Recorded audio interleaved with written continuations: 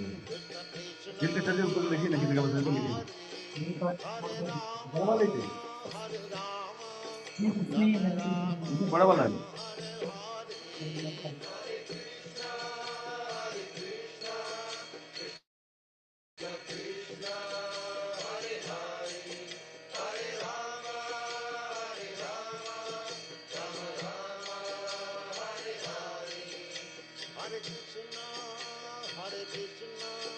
Krishna Krishna Hare Hare Hare Rama Hare Rama Rama Rama Hare Hare Hare Krishna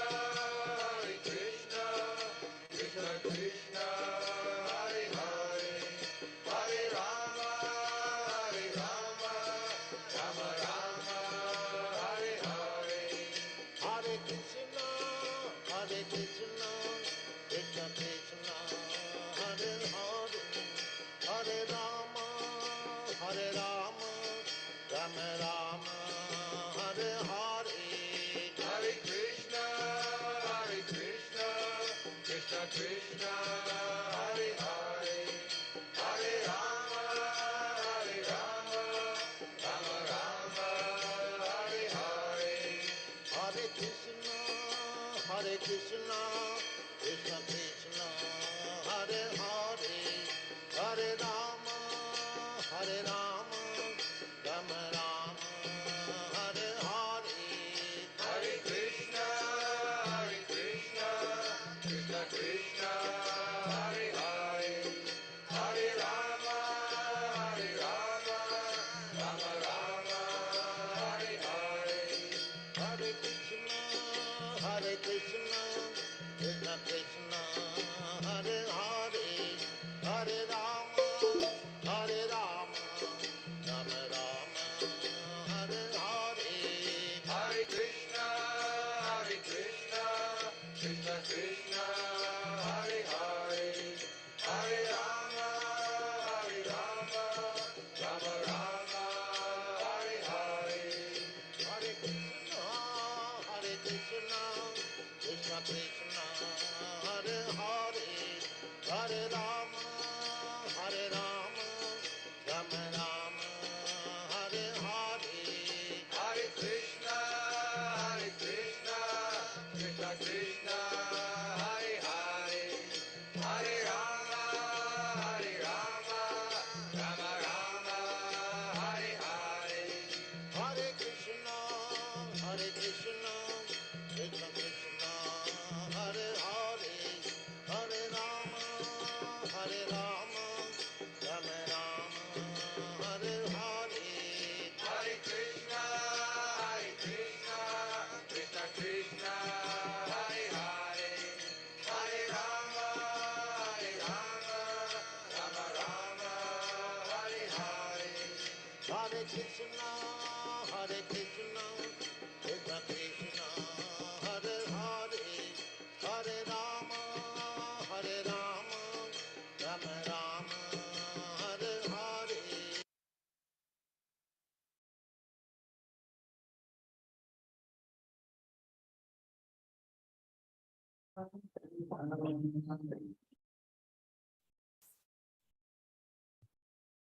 Hare Krishna Krishna Krishna Hare Hare Hare Rama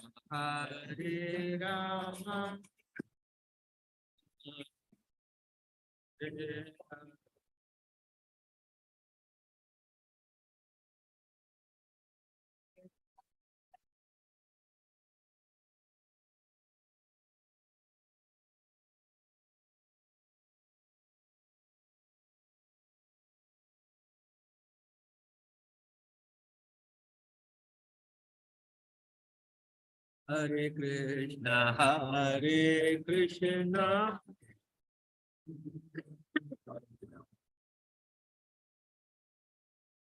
Hare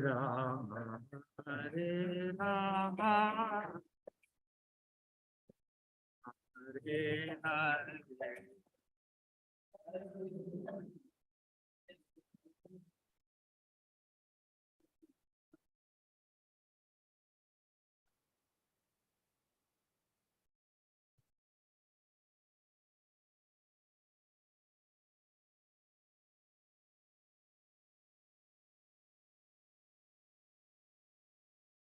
Hare Krishna.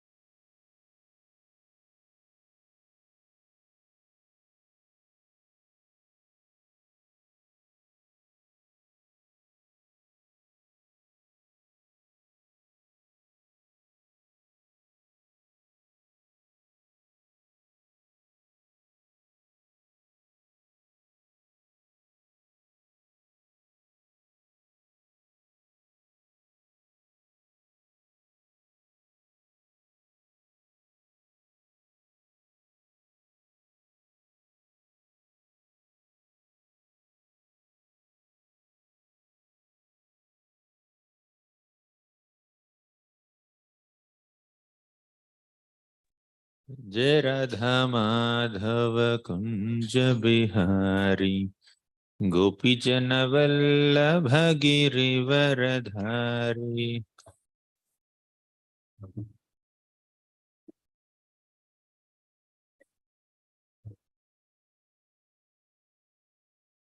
जय राधा माधव कुंज बिहारी गोपी जन वल्लभ गिरिवरधारी।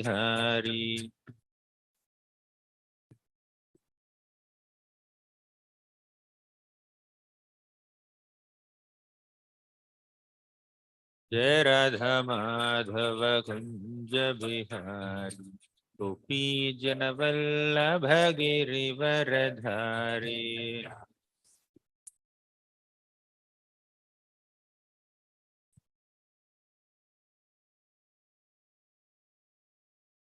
यशोदनंदन व्रज जन रंजन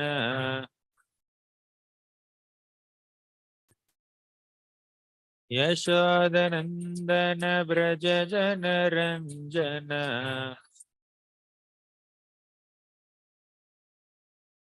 यशोदनंदन व्रज जन रंजन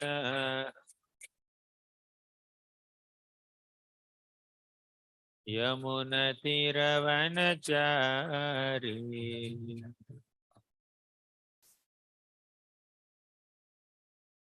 यमुनतिरवनचारी।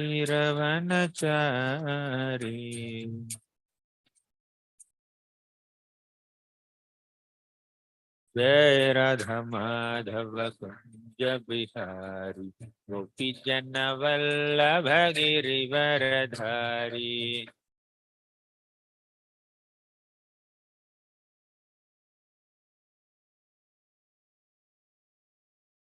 जय राधा माधव कुंज बिहारी गोपी जन वल्लभ गिरिवरधारी।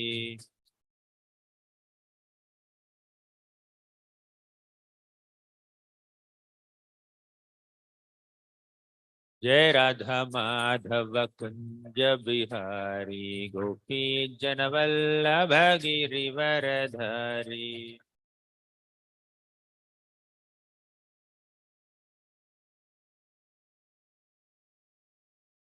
जय राधा माधव राधा माधव राधे।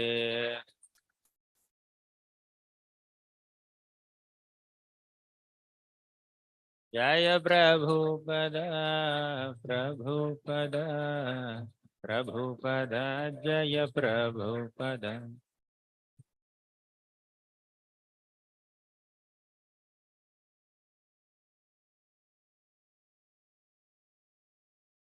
जय ओम विष्णुपाद परमहंस परिव्राजकाचार्य अष्टोत्तर शत श्रीमद् हिज डिवाइन ग्रेस अभय चरणारविंद भक्तिवेदांत स्वामी प्रभुपाद की जय। ओम विष्णुपाद परमहंस परिव्राजकाचार्य अष्टोत्तर शत श्रीमद् हिज डिवाइन ग्रेस भक्ति सिद्धांत सरस्वती ठाकुर प्रभुपाद की नमाचार्य श्री हरिदास ठाकुर की प्रेम से कहो श्री कृष्ण चैतन्य प्रभु नित्यानंद श्री अद्वैत गदाधर श्रीवासादि गौर भक्त वृंद की श्री श्री राधा कृष्ण गोप गोपीनाथ श्याम कुंड राधा कुंड गिरि गोवर्धन की ब्रजभूमि श्री वृंदावन धाम की पुरुषोत्तम क्षेत्र श्री जगन्नाथपुरी धाम की गंगमय की जय यमुनमय की जय भक्ति देवी की जय तुलसी देवी की जय कलयुग पावन हरिनाम संकीर्तन की जय। हरे कृष्ण महामंत्र की जय। ग्रंथराज श्रीमद्भागवतम की जय। All glories to the assembled devotees. All glories to the assembled devotees. All glories to Sri Guru and Sri Gauranga. Om Namo Bhagavate Vasudevaya.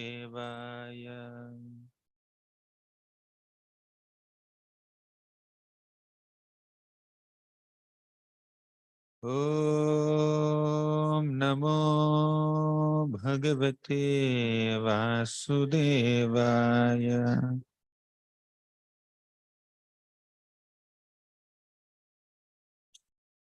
Om Namo Bhagavate Vasudevaya.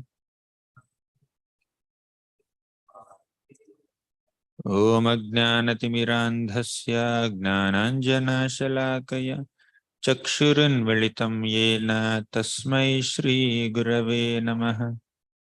Shri Chaitanya Manobhishtam Sthapitam Yena Bhutale Swayam Rupa Kadamahiyam Dadati Swapadantikam Vandeham Shri Guroh Shri Yutapadakamalam Shri Gurun Vaishnavamscha Shri Rupam Sagrajatam Sahagana Raghunadhanvitam Tam Sajivam Sadvaitam Savadhutam Parijana Sahitam Krishna Chaitanya Devam Shri Radha Krishna Padan Sahagana Lalita Shri Vishakhanvitamscha He Krishna Karuna Sindho Deenabandho Jagatpate Gopesha Gopika Kanta Radha Kanta Namostute Tapta Kanchana Gaurangi Radhe Vrindavaneshwari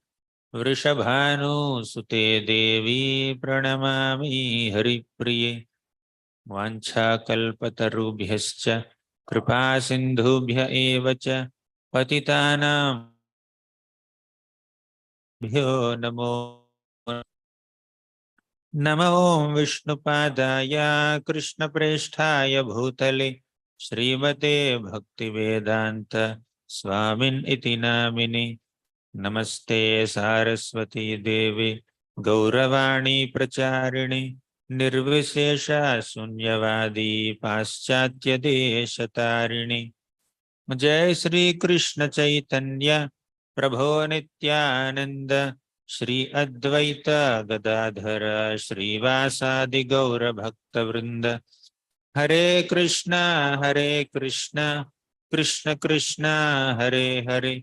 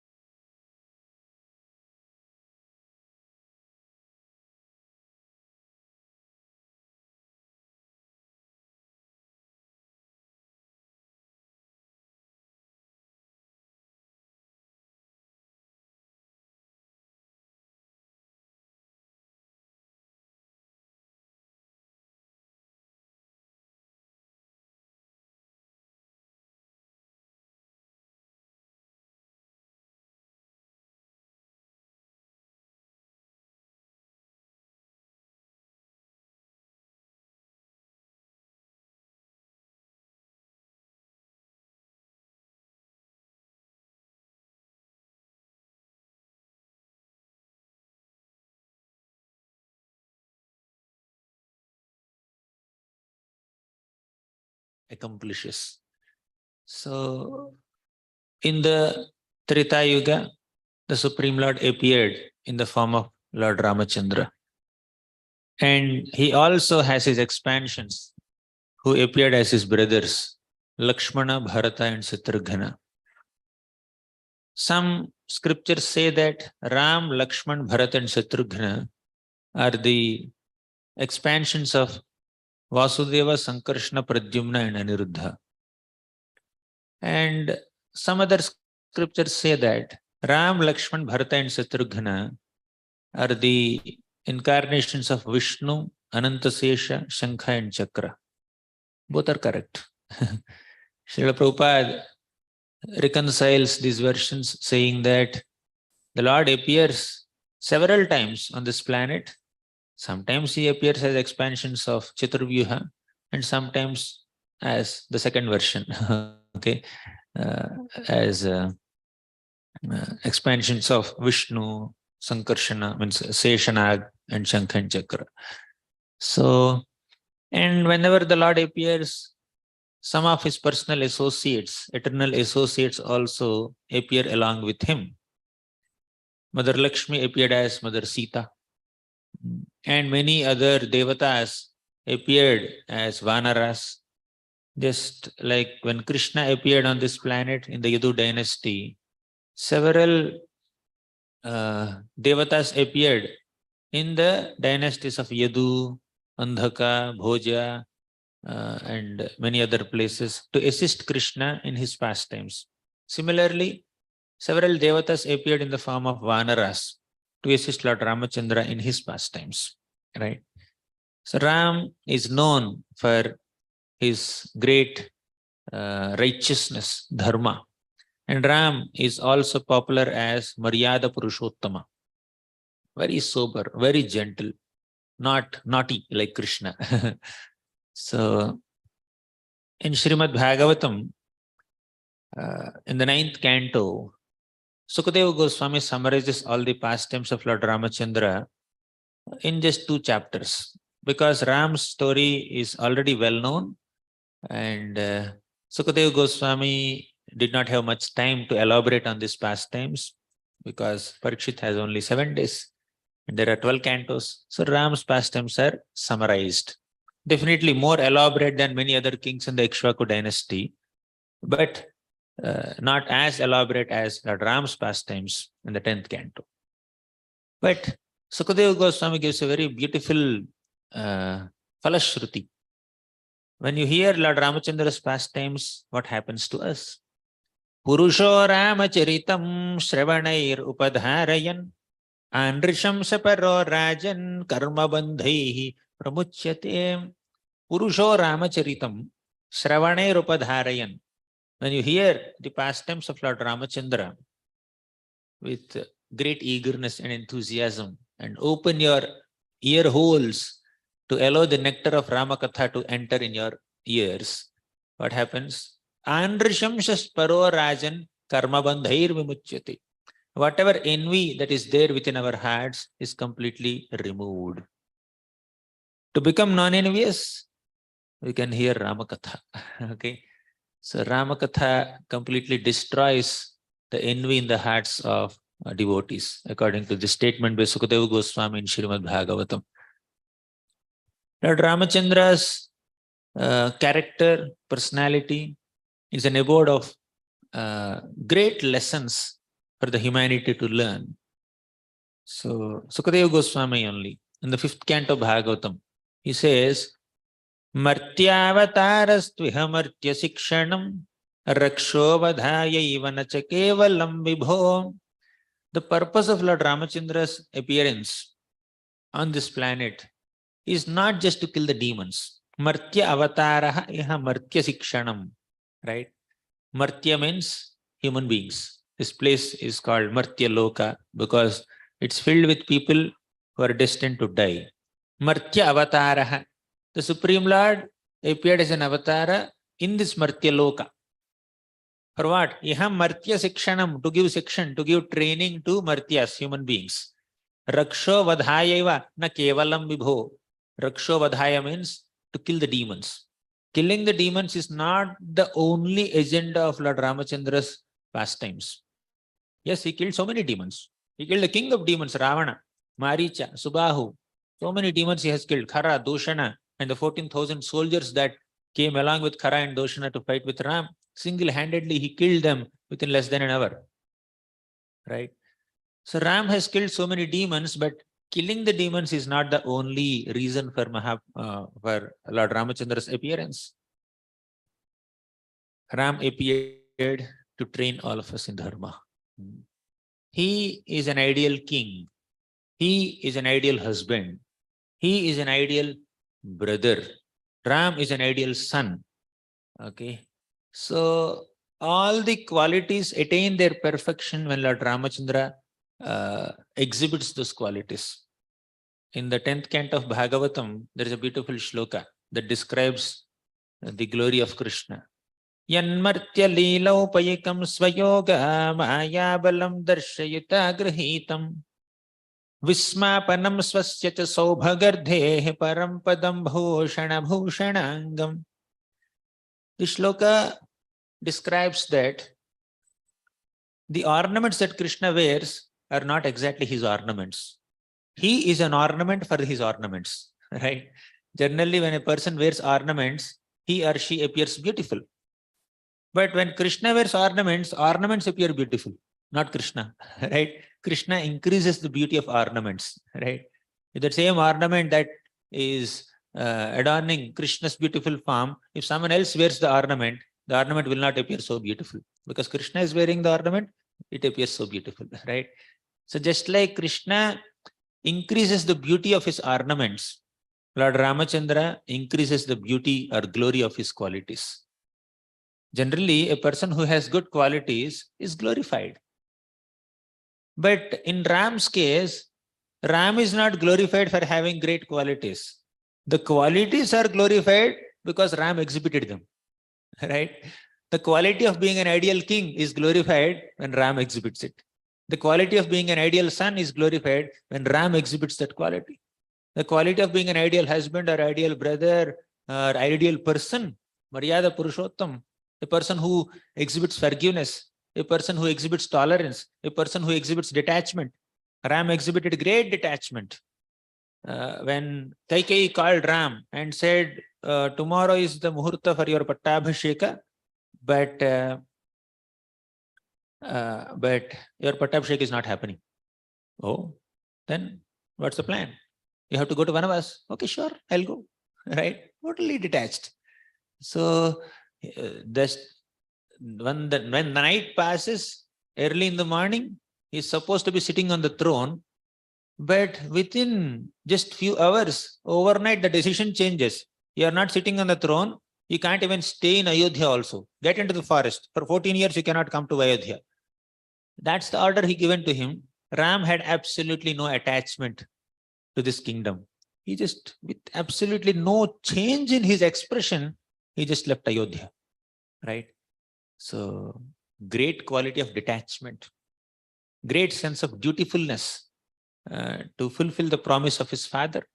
So, when Ram is exhibiting all these qualities, the qualities get their recognition. Yes, Ram is truthful to his, oh, wow, we should also be truthful. Ram is very forgiving. He said, even if Ravana comes to take my shelter, I will forgive. Okay. So Ram, because he is so forgiving, the quality of forgiveness gets some recognition. Right? We should also imbibe that quality of forgiveness. Thus, Ram set an ideal example for all human beings to follow. And just like when a celebrity advertises a product, okay, whether it is soap or a cycle or a bike or a mobile phone or some other earphones, TV, whatever, some cream. If some celebrity advertises that product, the product gets some recognition, right?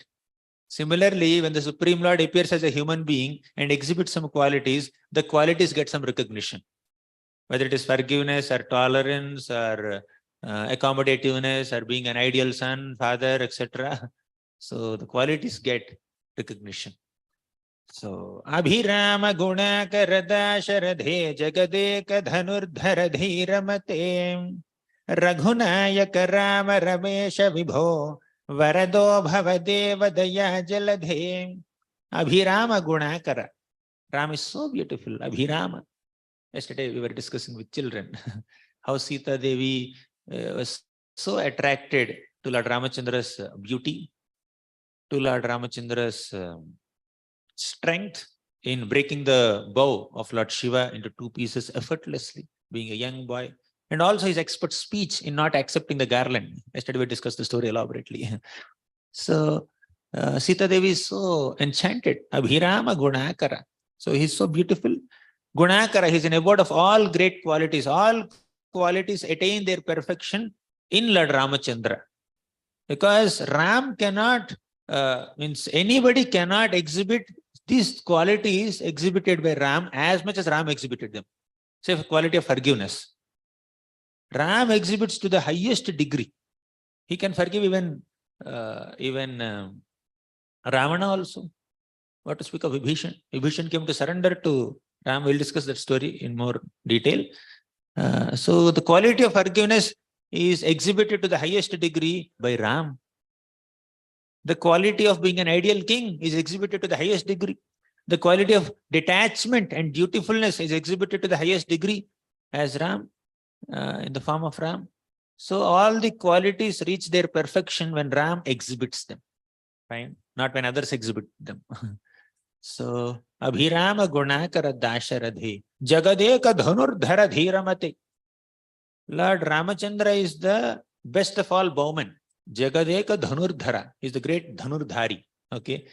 So, no one can hold a bow and use it to the highest degree as much as Lord Ramachandra can do.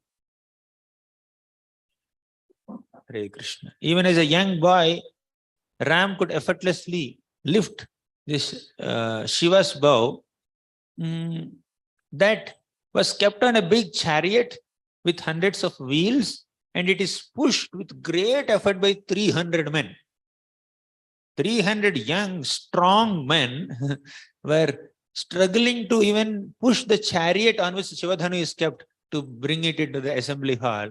And little Ram just lifted it like left hand, very effortlessly, just like Krishna lifted Govardhan mountain. Okay. So, and then broke it also.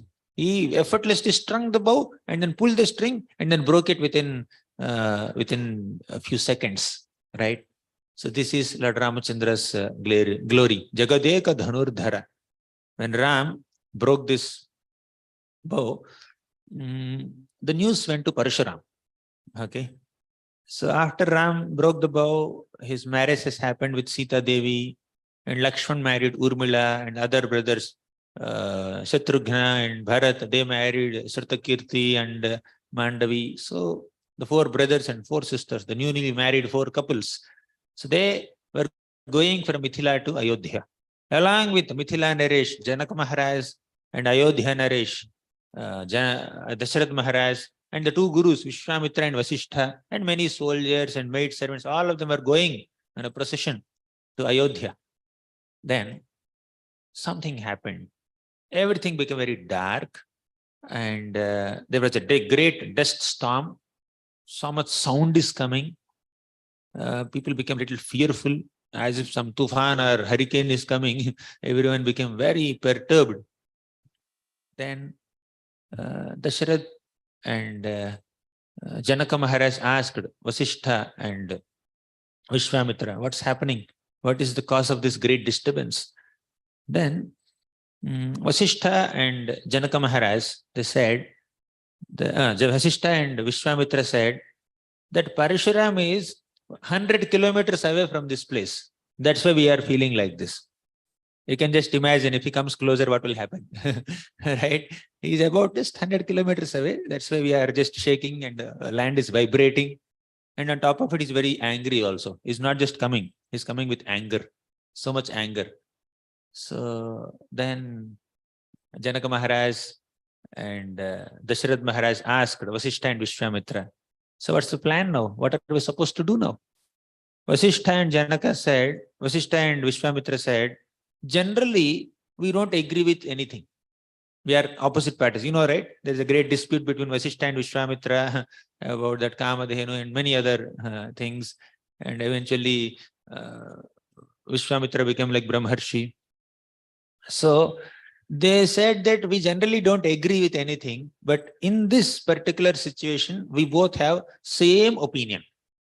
Just bow down, surrender. Complete surrender is the only way to save ourselves. So in front of Parshuram, we can't do anything. They said, okay, fine. Everyone surrendered. Everyone almost fainted by the time Parshuram reached there, except 2 people. You know who are they? Ram and Lakshman. Okay. Ram and Lakshman were awake, strong, steady, conscious. And Parshuram came and said, who is that Ram? Who is that Ram? Then Ram said, you are that Ram. Who else is Ram? You are the Ram, Parshuram, the greatest warrior. Then Parshuram was taken aback. he never expected this kind of reply. Okay. He said, okay, fine. Yes, I am Ram. I am Parshuram. But I have heard that there is one young boy. His name is also Ram. He is coming from Ikshvaku dynasty, Raghu dynasty. I have heard that he has offended Lord Shiva by breaking his bow into 2 pieces. What does he think about himself? Where is that Ram? I want that Ram, not me. Then Ram said, I am that Ram. But by the way, I did not break Shiva's bow out of arrogance.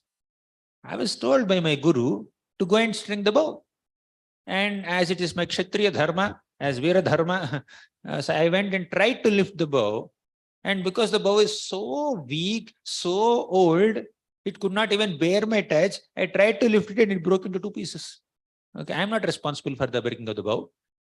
Then Parshuram said, you are so strong, you are so young, so small.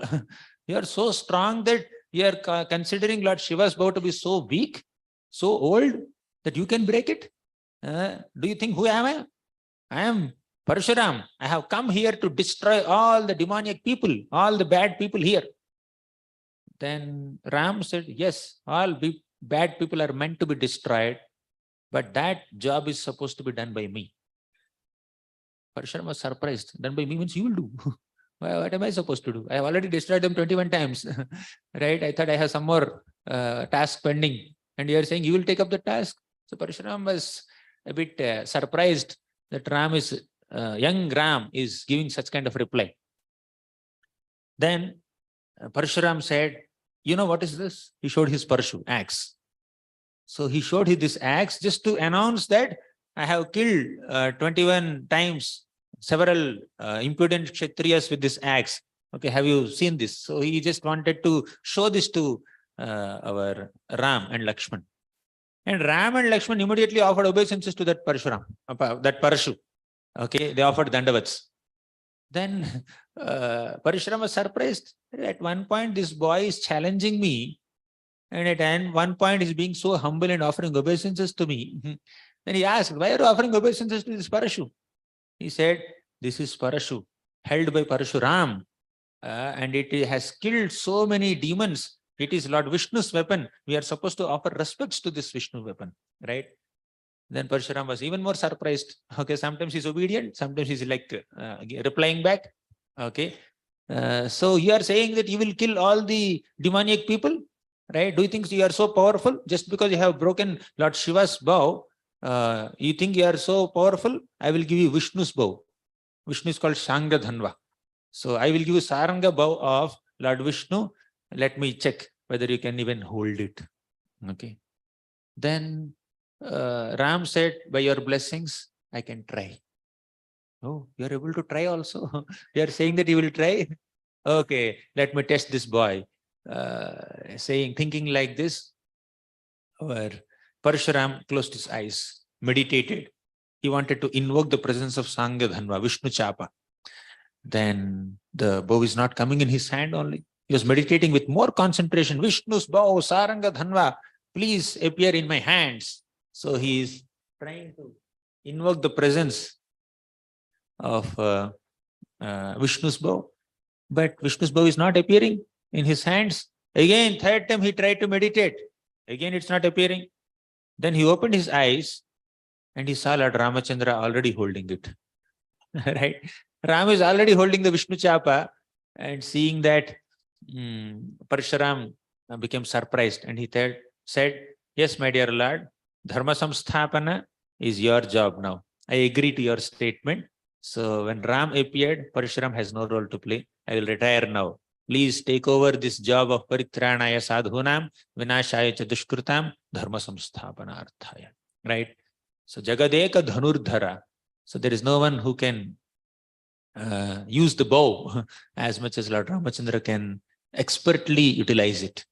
Right? So one day, Sita Devi asked our Ram during Vanvas time. So they just came into the forest. Ram is holding bow and arrows, and then they are just wandering into different forests. And Sita Devi asked, Ram, you are always holding that bow and arrow. I never saw you using it. Is it just a decoration? Right? Is it like it's just a decoration for you, or are you going to use it also sometimes? Ram felt a bit offended. Right? He was a little surprised by the statement by Sita Devi. So Ram said, okay, there is utility for this bow also. Okay, you will see it soon. So eventually, Surpanakha came. She became so attracted to Lord Ramachandra. And she said, will you marry me? Then Ram said, I don't mind, but I have already one wife and I have taken a vow that I will accept only one wife. So I should not marry you, right? Yes, Kshatriyas can generally marry, but I cannot marry you because I'm already married. You can try with my brother. He's there only. He's alone now. Okay. So Surpanakha went to Lakshman and said, will you marry me? Then Lakshman said, yeah, I can, but problem is that I am a servant of Ram. And if you marry me, you will also become servant of Sita. You want to become servant or mistress? Then Surpanakha said, no, I don't want to become servant of anyone. Then she again went to Ram. And Ram said, no, I already told you. I cannot marry you. I am already married. See, Sita Devi is here. Then Surpanakha thought that it is only because of Sita Devi that these two brothers are playing with me like this. Let me kill Sita Devi. Okay. So this Surpanakha just went on Sita Devi to kill her, and Lakshman came in the middle and cut her nose and ears. Okay. And she was crying and she left that place. Okay. Now, she went to her associates, Khara and Dushana. They had 14,000 soldiers. All 14,000 soldiers came to attack Ram and Lakshman. And Lakshman said, Ram, finally we got some engagement here in one of us. So I'll finish them. Ram and Sita, you just stay here happily. Okay. So let me go and fight with them. Ram said, you will fight. I will fight. Then Lakshman said, my dear Lord, I am your servant. Okay, I am your younger brother. I have come here only to serve you.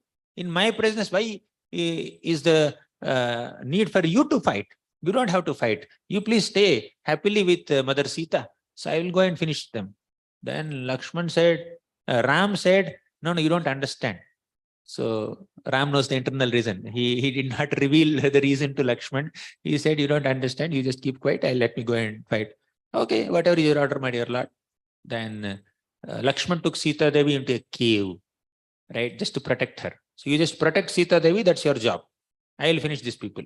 So Ram single-handedly killed all the 14,000 Rakshasas within hardly an hour, without even a chariot. Okay, but these people were fighting on chariots and with so many sophisticated weapons, and Ram effortlessly killed all of them, right? So then Sita Devi was impressed. Yes, now I understand. Now I understand. You have you know how to use a bow. Okay. So this is Jagadek and Dhanurdhara. And one more thing is, when Ram went on the ocean, on the shore of this ocean, Lanka ocean, he prayed to the ocean god, Samudra. Okay. He said, my dear ocean god, I need to cross this Lanka ocean along with thousands and thousands of Vanara soldiers. Can you please show some way to cross this ocean? Ocean god did not respond. Ram sat, he fasted, he waited for 3 days for the ocean god to respond. Ocean god did not respond. Okay. Somehow, considering that Ram is an ordinary man or whatever it may be, ocean god did not respond. Ram became furious. Very rarely Ram becomes angry. This is one of such instances where Ram became angry. He was so furious with his reddish eyes. He picked up his bow and he did not even release an arrow. He just did his tankar, Dhanush tankar, just pulled the string and then released. Just by the sound of that Dhanush tankar, all the aquatics in the ocean became perturbed. All the alligators and whales and sharks in the ocean also became so perturbed, and ocean god got articulate. Okay, along with some of his associates, he ran to Ram and said, my dear Lord, please forgive me, please forgive me. We have this kind of intelligence, very poor intelligence. We could not recognize your glory. Please forgive me. I will do the needful. So one day, Varuna Dev in Krishna Leela did an offense to Krishna. Here the ocean god did an offense to Ram. Something similar happened in Krishna Lila also. One of the servants of Varuna kidnapped Nanda Maharaj. He had some wrong calculations of Ekadashi, fast breaking time and all that. He considered that Nanda Maharaj is taking bath in water at a wrong time and he arrested. Then Krishna went there just to attack Varuna. Okay, he was extremely furious. How dare you offend my father? Okay, with that mood, he's going, and Varuna already got the signal. So Varuna did not take any chance now. So he already knew that Brahma, the greatest of all devatas, offended Krishna very recently. And very recently, Indra also offended him by creating a devastating rainfall. Now I am the third devata in the queue, right? So let me not go through the experience of Brahma and Indra. I will personally go, and he is waiting. He told Nanda Maharaj, please sit on this Simhasan, right? You please be comfortable, be happy. At any moment, Krishna and Balram can come here. You just be here, be happy.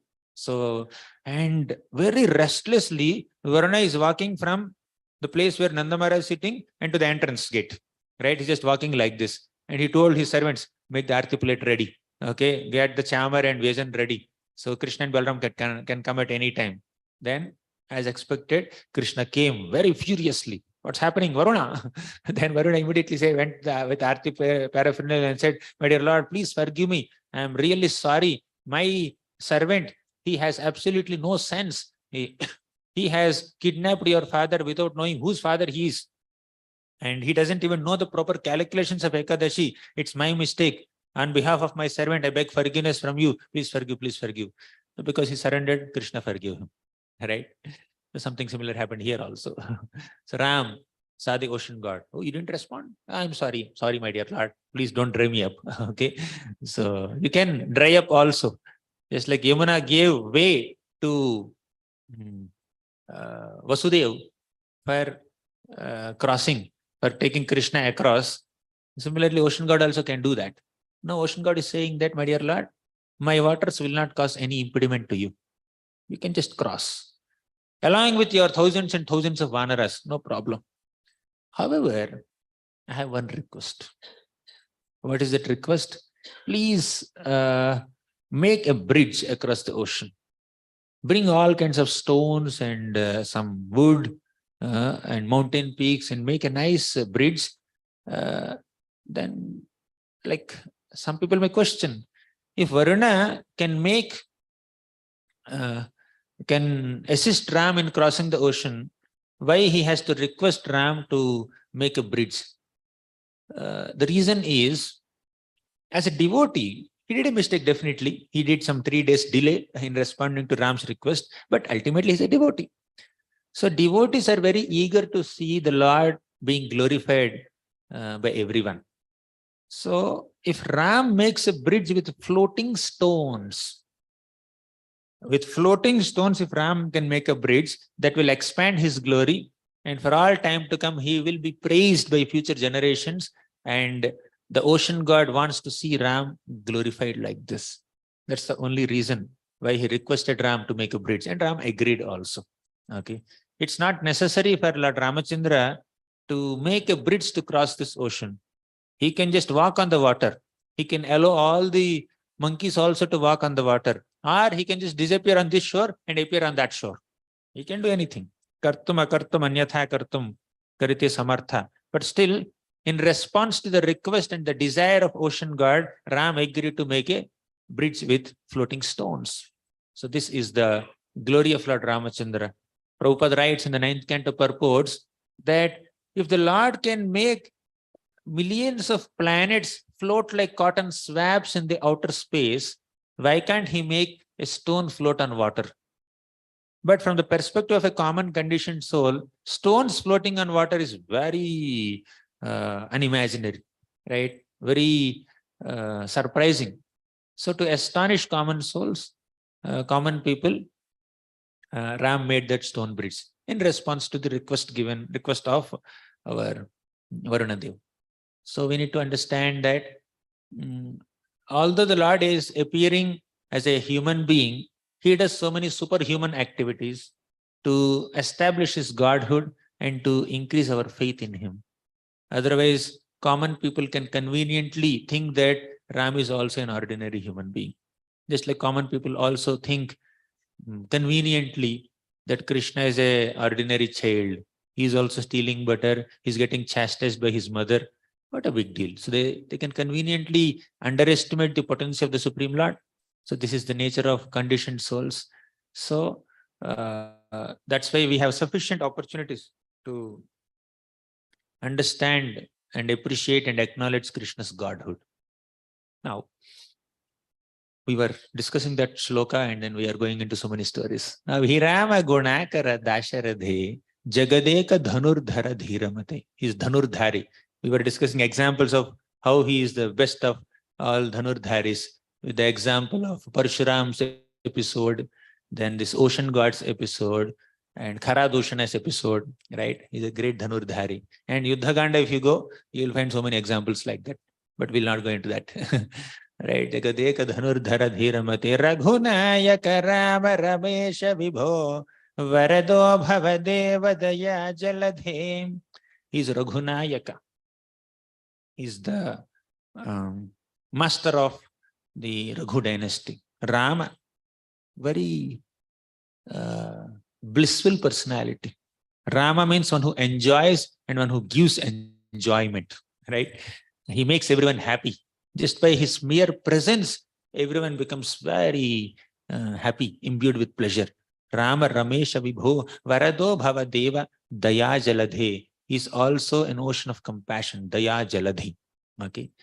Now, let's discuss some incidents from Ramayana that specifically highlight what Lord Ram is expecting from all of us.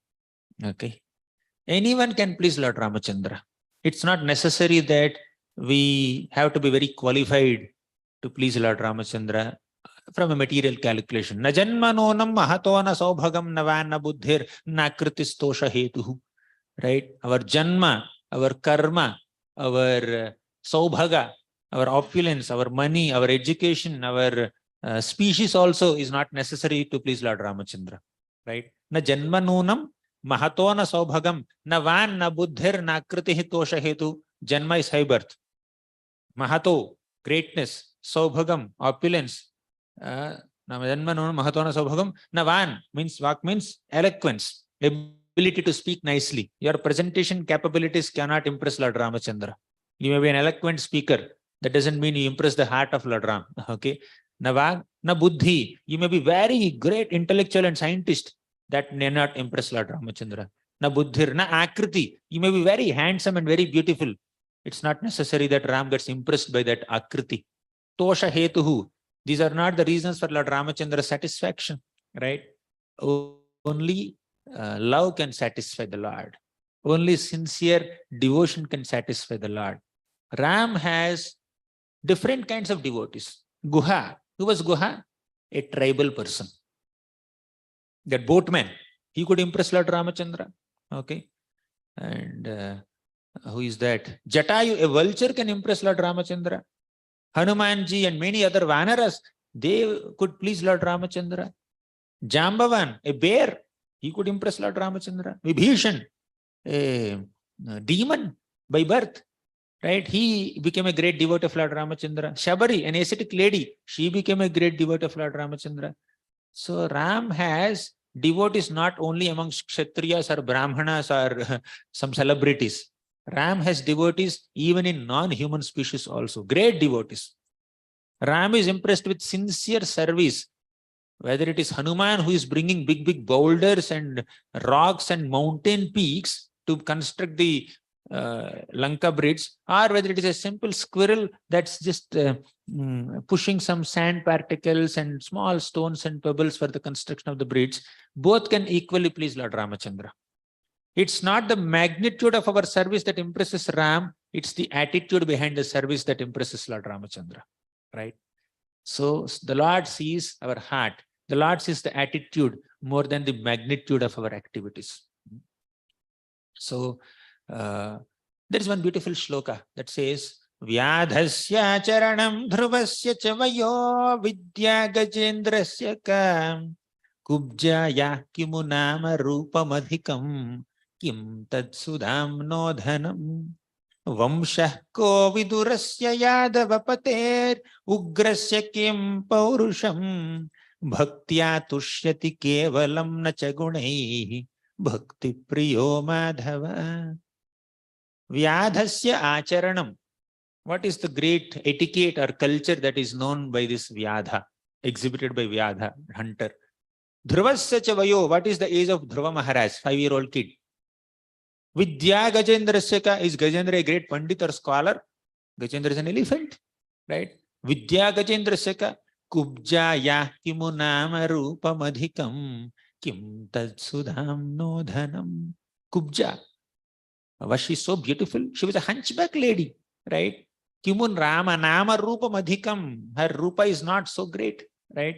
Kim tat sudamno dhanam. Sudama is a poor person. He does not have even sufficient wealth to fill his belly or wear a dhoti properly, right? But still he could impress the heart of Lord Ramachandra, Lord Krishna. Right? Kim tat sudamno dhanam. Vamshah ko vidurasya yadavapate.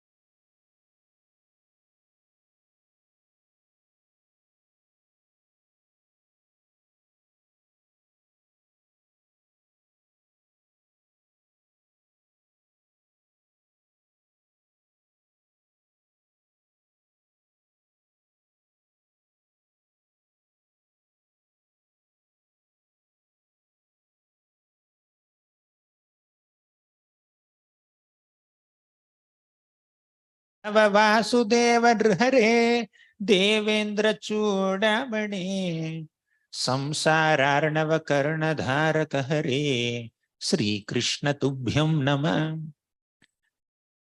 Sri Narayana Pundarika Nayana. Oh Narayana, Pundarika Nayana, one who has beautiful lotus-like eyes, lotus petal-like eyes.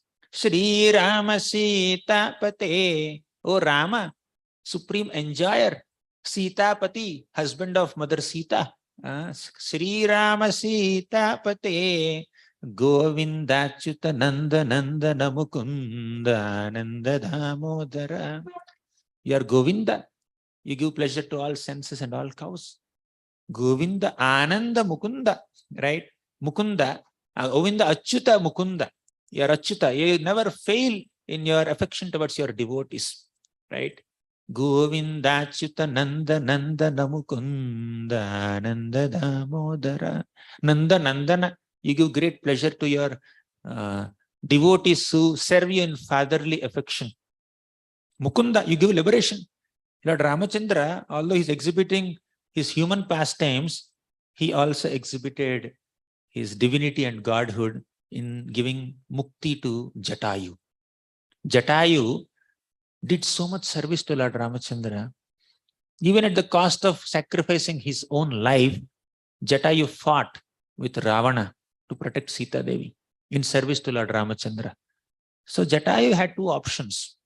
Knowing that Ravana is such a furious, cruel demon, very powerful demon, and knowing that I don't have the ability to confront with Ravana, Jatayu could have stayed back and given the news to Ram. Ram, your wife is kidnapped by Ravana. He could have done that, but Jatayu did not choose that option. Jatayu, out of his overwhelming devotion for Lord Ramachandra, he thought, I cannot just give this news to Ram. Whatever ability I have, whatever strength and power I have, let me utilize this to confront with Ravana and try to save Sita Devi to the best of my ability. So he fought. For a long time, he fought with Ravana, and his wings were cut by Ravana. And he just fell from the sky. From such an altitude, he just fell from the sky, just giving up his life. So Jatayu's love for Lord Ramachandra is like fatherly affection. And in response to that affection shown by Jatayu, Ram performed the final rites of Jatayu, just like a son performs final rites to father, right? When the father is departed. To this degree, Ram could bless Jatayu, right? Govinda Achyuta Nanda Nanda Mukunda Nanda Damodara Vishnu Raghava Vasudeva Nrhare Devendra Chudamani. Vishnu Raghava, one who is coming from the Raghu dynasty, right? Devendra Chudamani, many other names of the Lord are mentioned, right? This one shloka describes multiple forms of the Lord. Nrhare, you are Narasimha also, to protect your devotees. Devendra Chudamani. Samsararnava Karnadharaka Hare Sri Krishna Tubhyam Nama. You deliver your devotees from the Samsara Arnava. Samsara Arnava means the ocean of material existence. Just take the example of this boatman who helped Lord Ramachandra to cross this river when he just began his vanvas. So, before boarding the boat only, this Kevat was saying that, my dear Lord, please allow me to wash your lotus feet. Why? Why so? Answer is, just by touching the dust from your divine lotus feet, a rock has become a woman. And if you touch your lotus feet, dusty lotus feet, to my boat will become a woman. What will I do? I'm a poor boatman. Okay, so let me wash your lotus feet. So seeing the innocence and clever words of this boatman, Mother Sita smiled. And very intelligently, he washed the lotus feet of Ram. Ram allowed him to do so. So Ram boarded the boat. And this boatman is very lovingly rowing the boat. And impressed with his innocence and devotion and service attitude, Sita Devi took out a ring and offered it to Ram and indicated, you please gift it to him. And Ram took that ring and gifted it to this boatman. And the boatman said that, Ram, what is this? You are giving this to me as a payment for helping you cross this river? No. I cannot accept any payment. Okay, I cannot accept any payment from you, because this kind of formalities of payment are like they are observed only between some strangers. Okay, but we are friends. You are a boatman, I am also a boatman. We both belong to the same profession, right? Because we belong to the same profession, so I cannot accept payment from you. Ram said, yeah, we are friends, we understand. I understand. How can we be of the same profession? You are a boatman. How can I be the boatman? Then Kevat gave a purport in the presence of Sita and Lakshman. Okay. So the boatman said that, my dear Lord, I am a boatman who takes people from this shore of the river to that shore of the river. But you are the boatman who takes people from this shore of the material ocean to that shore, taking them to Vaikuntha. So you help people cross over this material ocean. Therefore, you are also a boatman. You don't understand that. You are the boatman. Okay. So I cannot accept this payment from you. Because I am not charging you for boarding my boat, you are not supposed to charge me when I come to board your boat. Right? Don't say that Your anarthas have to be cleared, right? You have to be completely pure at heart. Then only I will accept you. I have so many shortcomings. I'm trying to overcome them, but somehow or the other, please show mercy. Right? Give me some concession. Don't accept payment. Don't ask for payment. I'm a poor fellow. What can I offer you? So very cleverly he said, and Ram was pleased with his devotion. Right? Samsararnava karna dharaka hare. So Lord Hari is one who destroys the material existence, one who takes us out of this material ocean. So this is how Lord Ramachandra can give liberation to anyone. So now let's discuss a few incidents. I'm just randomly discussing many incidents in Ramayana. So let me discuss one incident now. What pleases Lord Ramachandra? Bharat is very dear to Lord Ram's heart. Although Bharat is misunderstood by so many people, Ram never misunderstood him. First, Bharat was misunderstood by Kaikeyi. Kaikeyi thought that if Bharat can get to sit on the throne, he will be happy. I will somehow ask some benedictions, some boons from Dasharath Maharaj and make Bharat the king, and Bharat will be very happy. Kaikeyi misunderstood the intentions of Bharat. So that misunderstanding led to so many misunderstandings. Because Kaikeyi asked Dasharath Maharaj to make Bharat the king, Dasharath Maharaj also started doubting Bharat. Oh, Bharat wants to sit on the throne? Not allow Lord Ramachandra to sit on the throne? Earlier, Dasharath Maharaj had no doubt. Bharat is a dedicated servant and a loving brother, younger brother of Ram. So whole Ayodhya knows this. No one had any doubt on Bharat's intentions. But after Kaikeyi asked this boon, even Dasharath Maharaj started misunderstanding. So our own activities and attitude will make us being misunderstood by others.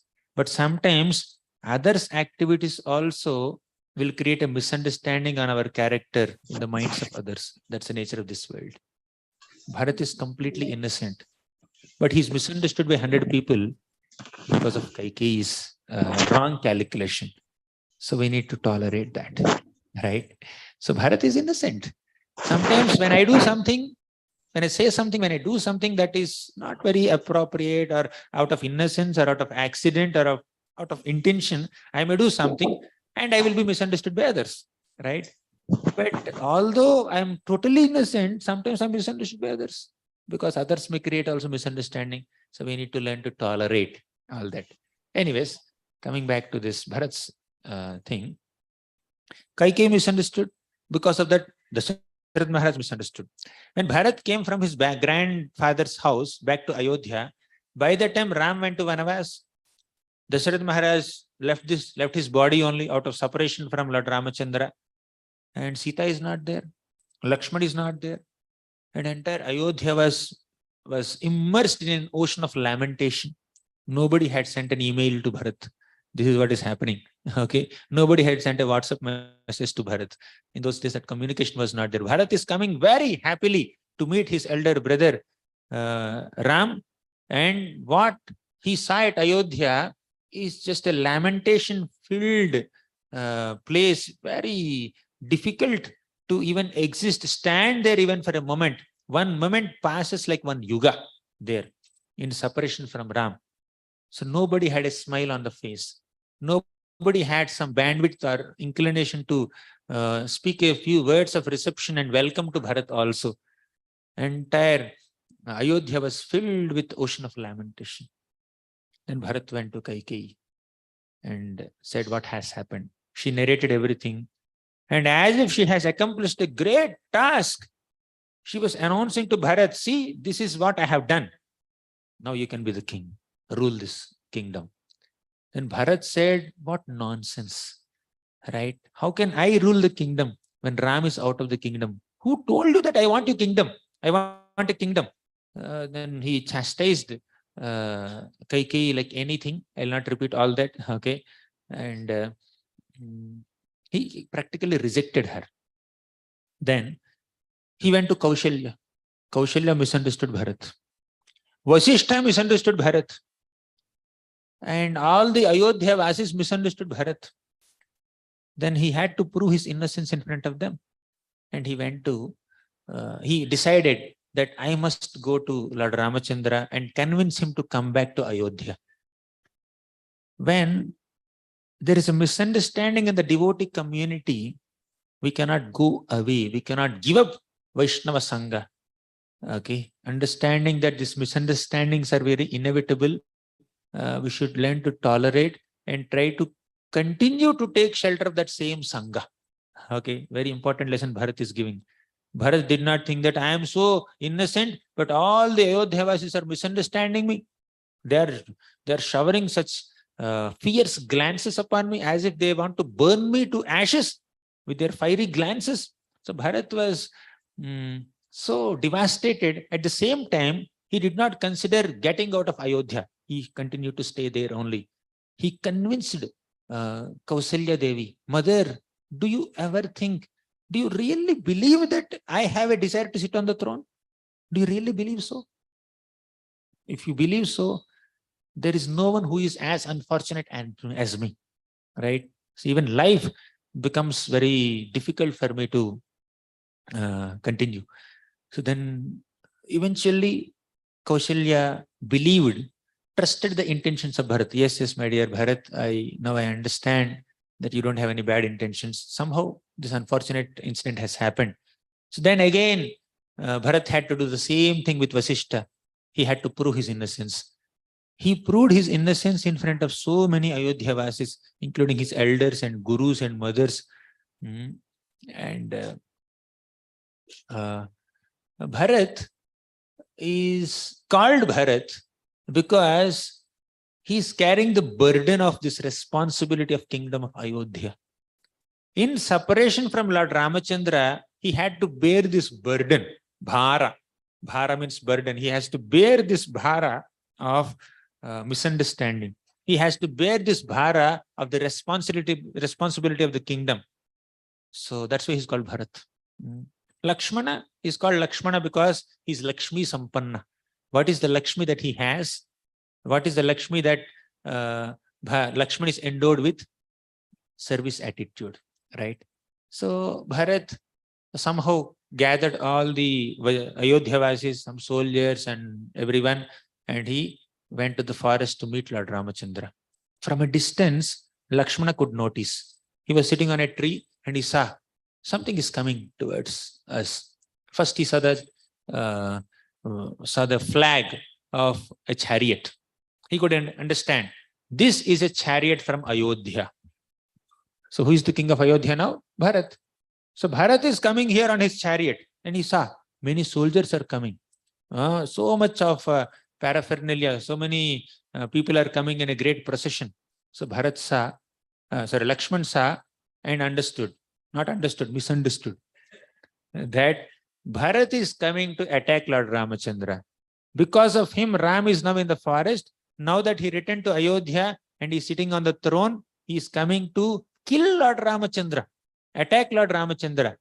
So he immediately went to Ram and said, Ram, just give me an order. Just order me.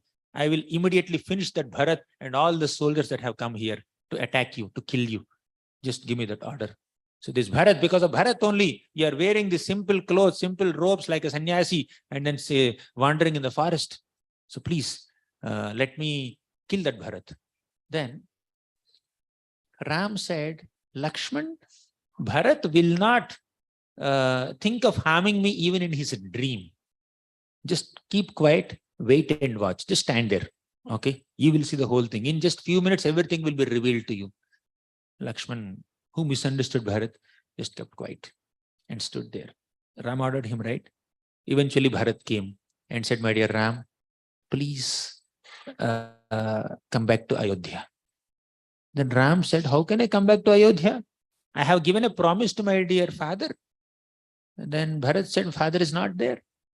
Just because father is not there, that does not mean his promise is not there. Promise is there. He promised Mother Kaikeyi that I will do Vanvas for 14 years and you will rule the Ayodhya kingdom. Then Bharat said, no, all the Ayodhyavasis and me, the so-called king, and all the mothers, and even Kaikeyi, who has asked those boons from Dasharath, everyone is desiring that you should come back. And I'm 100% sure even Dasharath Maharaj also has the same opinion. He never wanted to send you to the forest. If you come back and rule Ayodhya, he will also be happy in whichever loka he is. Then Ram said, we cannot tweak dharma like this. Whether willingly or unwillingly, our father had sent me to the forest. And the promise is, for 14 years I will be in the forest. I cannot change it. I cannot change that word, and you also should not tweak that. Then Bharat said, okay, fine, my dear Lord, I will just continue. But I cannot sit on the throne. I will rule, because it's an order from your side, from father's side. I will rule the kingdom, but I will not accept any royal clothes. I will not sit on the throne. I will rule on your behalf. Bharat accepted the responsibility of the kingdom, not the facility. He is not attached to the facility. He is only accepting the responsibility to rule the kingdom. So this is the nature of a devotee. We are not attached to facilities that come along with our service. We need to accept the responsibility only. Oftentimes, an immature person wants to accept all facilities and do very minimal in the responsibility, right? But Bharat is not like that. So Bharat accepted the sandals, the shoes of Lord Ramachandra, placed them on the throne, installed them on the throne. He coronated Lord Ramachandra's shoes on the throne of Ayodhya, and he sat as a humble servant, and he managed all the affairs of the kingdom for 14 years. Now coming back to this Lakshman's case. Now Lakshman understood that he has misunderstood Bharat. Lakshman now had full trust on the intentions of Bharat. So eventually Ram continued his vanavas, and one day, on one fine day, two demons came in disguise to the hermitage of Lord Ramachandra. You know who are the two demons? Number one, Ravana came in the disguise of a Brahmana sage. Number two, Maricha came in the disguise of a golden deer. For what purpose? Their project is somehow allure Sita Devi and divert Ram and Lakshman from her presence and make her alone so that Ravana can kidnap her. You know the whole story. To summarize, so Ram ran behind that golden deer to catch, and after a while he released an arrow, and that golden deer, who was actually Maricha, he shouted for help, and that shouting, that loud shout entered the ears of Sita Devi. Okay, and Ram never shouts. Lakshman knows that very well. Lakshman and Ram are born together. They grew up together. Lakshman is completely aware of Lord Ramachandra's capabilities. But Lakshman did not pay any heed to that shouting, right? But Sita became so anxious for the safety of Lord Ramachandra. Very anxiously, she came out and said, Lakshman, Lakshman, your brother needs your help. Please go, go. Then Lakshman said, my dear mother, my brother will never shout for help like that. He's a Kshatriya. Maybe some demons must have attacked him. He needs help. No demon has the ability to stand in front of my dear brother Ram. So much of discussion was happening. At one moment, Sita Devi said, one brother took away the kingdom of Ram. Another brother is trying to take away his wife. It will never happen. Your poor intentions will never come true, my dear Bharat, my dear Lakshman. And Lakshman was devastated to hear this statement. The pain of misunderstanding, you will understand the pain of misunderstanding only when you are misunderstood by someone, right? So at one point, Lakshman misunderstood Bharat. How much pain, excruciating pain that Bharat was experiencing because of this misunderstanding by all Ayodhyavasis, and even Lakshman also, his dear brother. But now when Lakshman is misunderstood by Sita Devi, Lakshman was totally devastated, right? Extremely devastated. And by the way, let's not misunderstand Sita Devi for saying these words to Lakshman. Sita Devi was very anxious anxious for Lord Ramachandra's safety. Therefore, Sita Devi had to say something very, very strong to inspire, to instigate Bharat to somehow go, okay, and to serve Lord Ramachandra. She did not really mean it, but she said it. Okay. So we need to see all these characters of Ramayana, whether it is Sita Devi or Lakshman or Bharat or Ram or all these great personalities, they are enacting some beautiful pastime. We need to learn lessons from their activities. We should learn what to do and what not to do from their activities without misunderstanding them, without minimizing their glory. That's very important. Just because Sita misunderstood Bharat, that does not mean we misunderstand Sita. Right? So Sita Devi is Sita Devi. So she said as a part of the pastime so that we get a lesson. So Sita misunderstood Bharat, apparently. Right?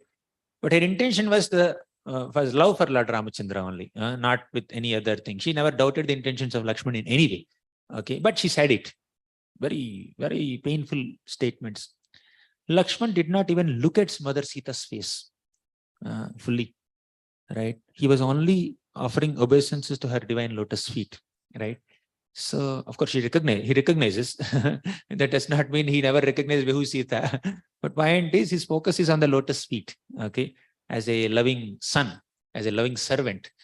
But when Sita Devi said this, Lakshman was devastated and he was obliged to go. He was obliged to go and assist Ram, so-called assistance. He is convinced that Ram doesn't need any assistance, right?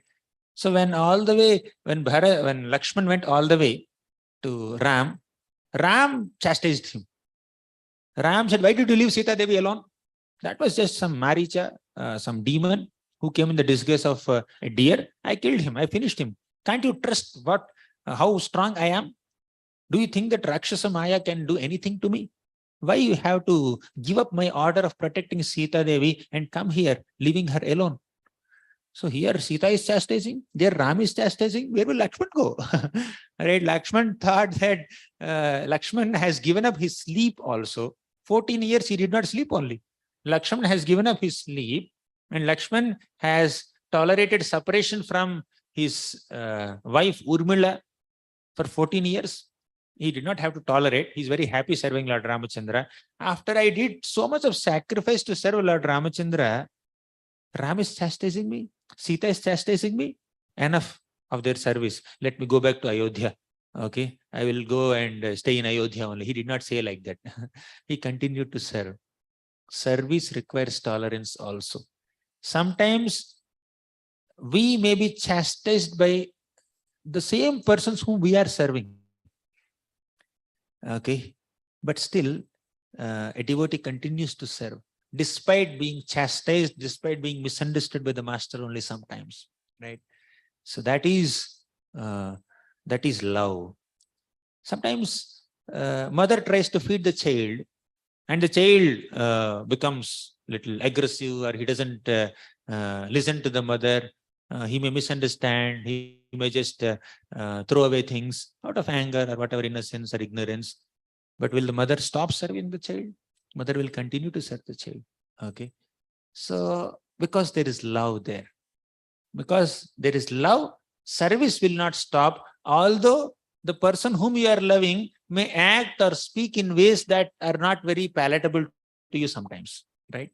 They are not very comfortable for you sometimes. So love includes tolerance also.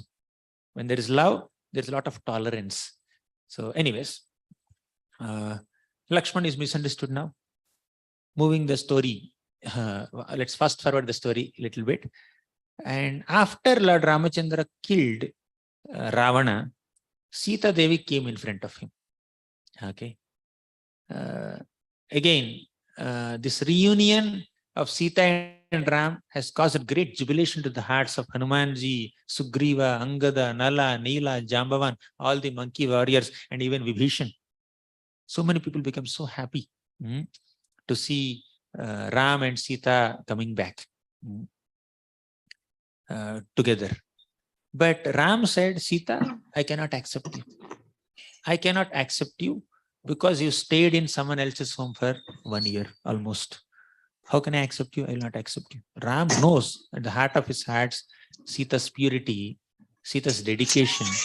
When Ravan came constantly bothering Sita Devi, you become my king, you become my queen. So uh, what did he say? What did Sita do? She took small blade of grass and kept there. In front of Lord Ramachandra, you are not even this blade of grass, right? So Trina. So that's her purity, that's her dedication to Ram. But Ram is saying that you stayed in someone else's house, I cannot accept you. Okay. Sita is misunderstood now. So now she is able to understand the pain that she has caused to Lakshman by misunderstanding him.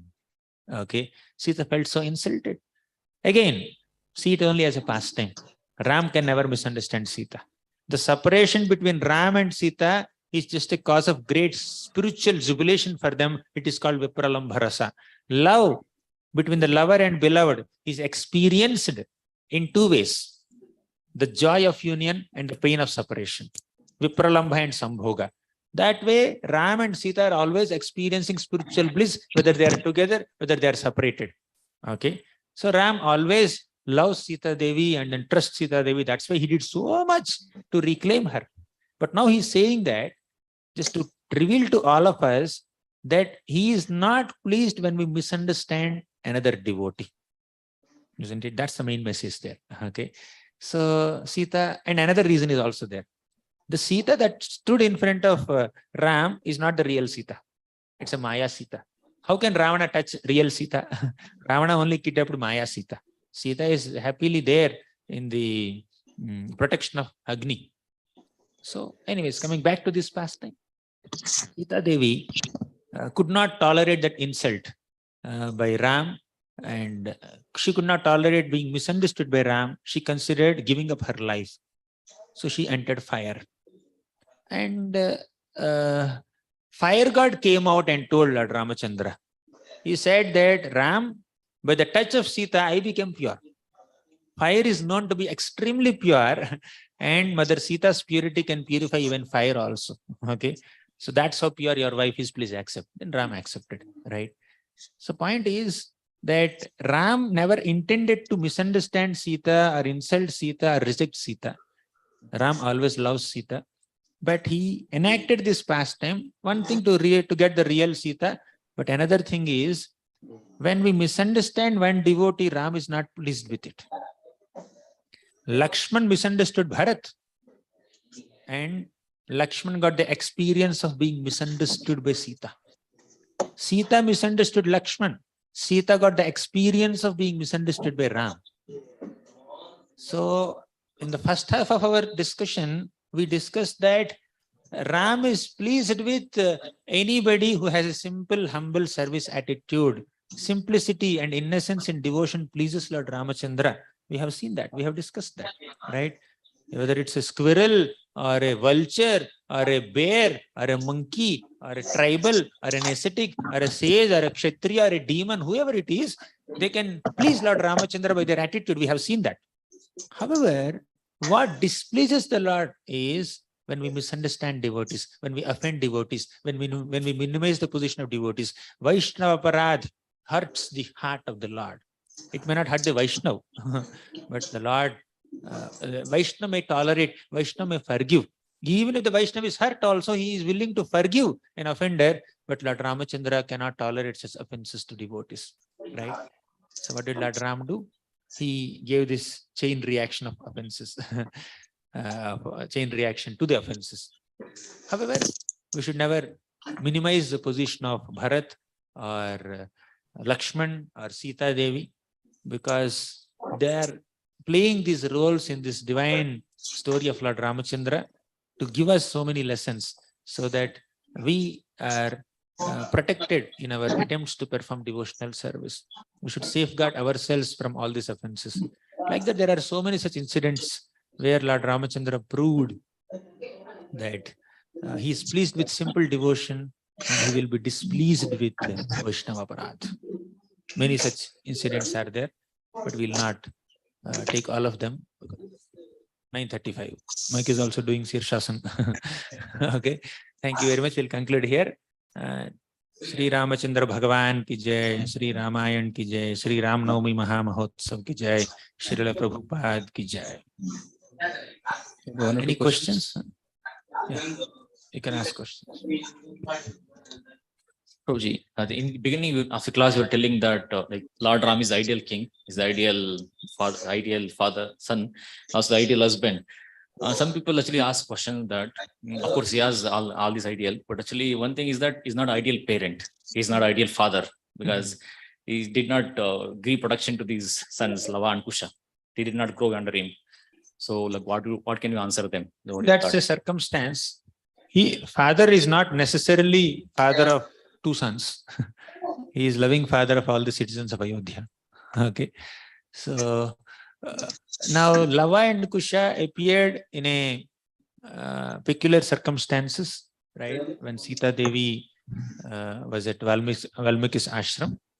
But once Sita Devi disappeared into earth, then Lava and Kusha were brought back by Ram, and then he enthroned them, okay, as the kings.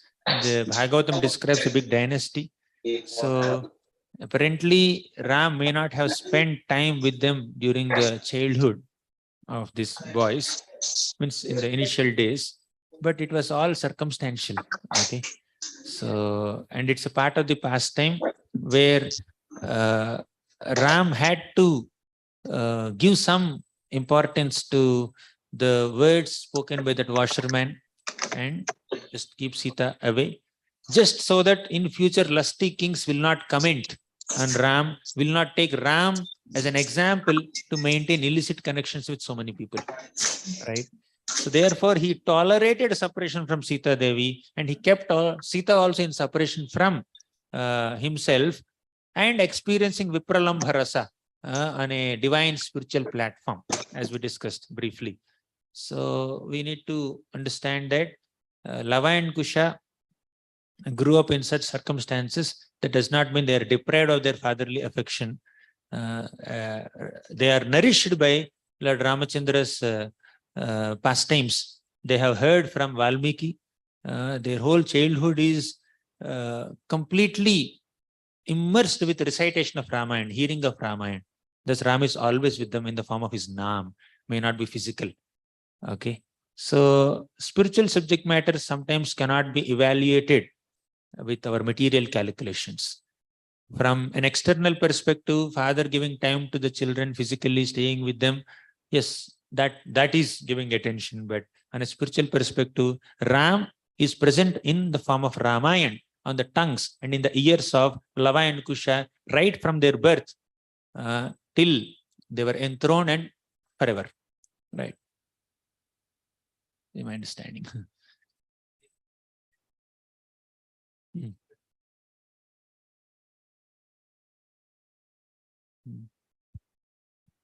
Hare Krishna, Prabhuji. Thanks for giving so many understandings. What can we learn from the pastime of Mother Sita's exile? I think you repeated the question. Banishing. Yeah, I mentioned it, right? So Ram, when he banished Sita Devi, the reason was this, who is that? Washerman.